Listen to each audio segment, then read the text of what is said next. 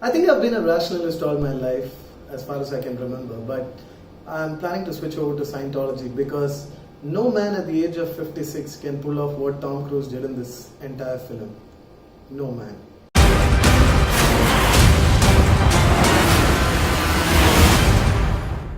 Just to keep the general audience updated, this franchise started 22 years back. In 1996, Tom Cruise served as a producer for almost all the installments, and the best part about it was that he ensured that he brought in a new director every single time to make the Mission Impossible series films look different from the rest.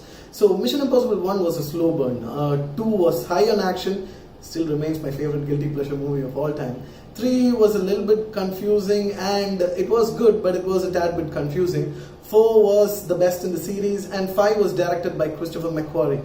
Now he returns again as the director for this movie as well. I was surprised. I wondered why the same director had to return for this film. But after seeing this film, it made so much sense. Now, casual moviegoers will find this movie a tad bit frustrating because it tends to borrow off a lot of characters from the previous installments as well. And it is a direct continuation of the fifth film. Now, if you remember the fifth film, the main antagonist being Solomon Lane, who was the head of a global terrorist network called the Syndicate. Now, the fifth film didn't end on a high note where the agent Ethan Hunt didn't actually bring down the syndicate, but this movie, as I mentioned earlier, was a direct continuation of the fifth part. So it makes so much sense that this global terrorist network would come back active again and haunt Ethan Hunt for the rest of his life. That's how this movie works. That's about the plot I can actually explain for this film. Anything I say beyond this will be in the realm of spoiler territory. But let's talk about our favorite secret agent, Ethan Hunt, of the Mission Impossible series.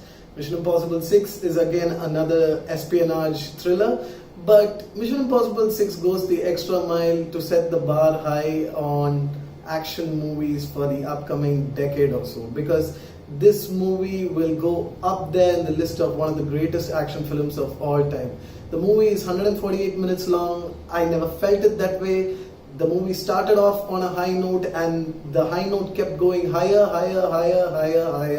till it hit such a point where my heart was beating fast, ladies and gentlemen. Let me be really serious about it. There were situations that were nerve-wracking and so tense that I really couldn't understand how Tom Cruise would go to such lengths to get this character on screen for us. I mean, it is something beyond phenomenal.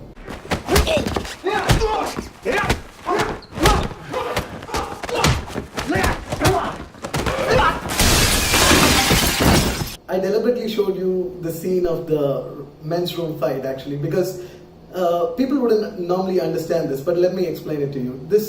You would have felt this fight being extremely brutal, right? The reason being that this fight, it didn't have any shaky cams, it didn't have any close-up angle shots, it didn't have any cuts as well. This was just a pure wide-angle shot that was continuous in every sense whatsoever. That's what, ladies and gentlemen, I can tell you this very clearly. Every other stunt sequence had a wide-angle shot, everything is continuous and you cannot feel the visual effects not even in one frame because 95% of whatever stunts that were shown on screen were absolutely real. Now, if you don't believe me, you can go check out the making of this movie on YouTube. There's a lot of things over there, including the ankle injury stunt, which I'm just showing you right now. Yep.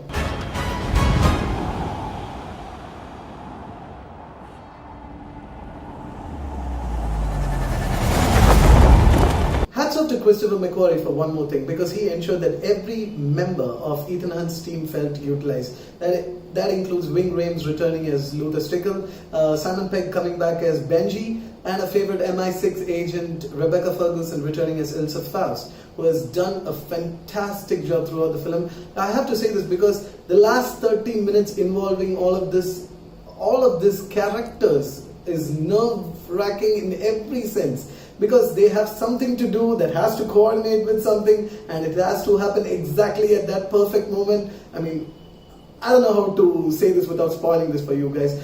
The last 30 minutes is worth your ticket money in itself. While Jeremy Renner had to sit out this film because he had commitments to Avengers Infinity War, we have a new character coming in the name of August Walker, played beautifully by Henry Cavill.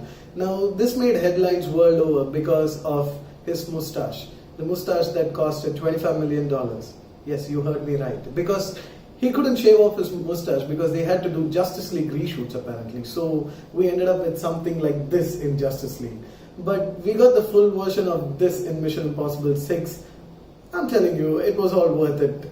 It played out beautifully, that's all I can tell you. But Henry Cavill is not wooden. I mean, this is a film that has given justice to his performance in entirety, and he feels justified in the role of a CIA assassin. He's a welcome addition to this particular franchise. I was thinking how Tom Cruise would top off his Ghost Protocol stunt of, jumping out of the Burj Khalifa building. Then he does something even more stupid in Mission Impossible 5 where he hangs out a plane. And now in 6, he ends up doing even more crazier shit. But I guess this is an actor who I can willingly pay for and watch him in such movies. I mean, this movie justifies Hollywood in every sense. Last but not the least, I just wanted to mention that this movie goes a clear 5 on 5 in my scale. It is the best summer movie of 2018 without a doubt. Yes, it does top out on Avengers Infinity War, and it is a must-watch movie. I am giving my full recommendation for this movie. So, as I said earlier, Mission Impossible is amazing.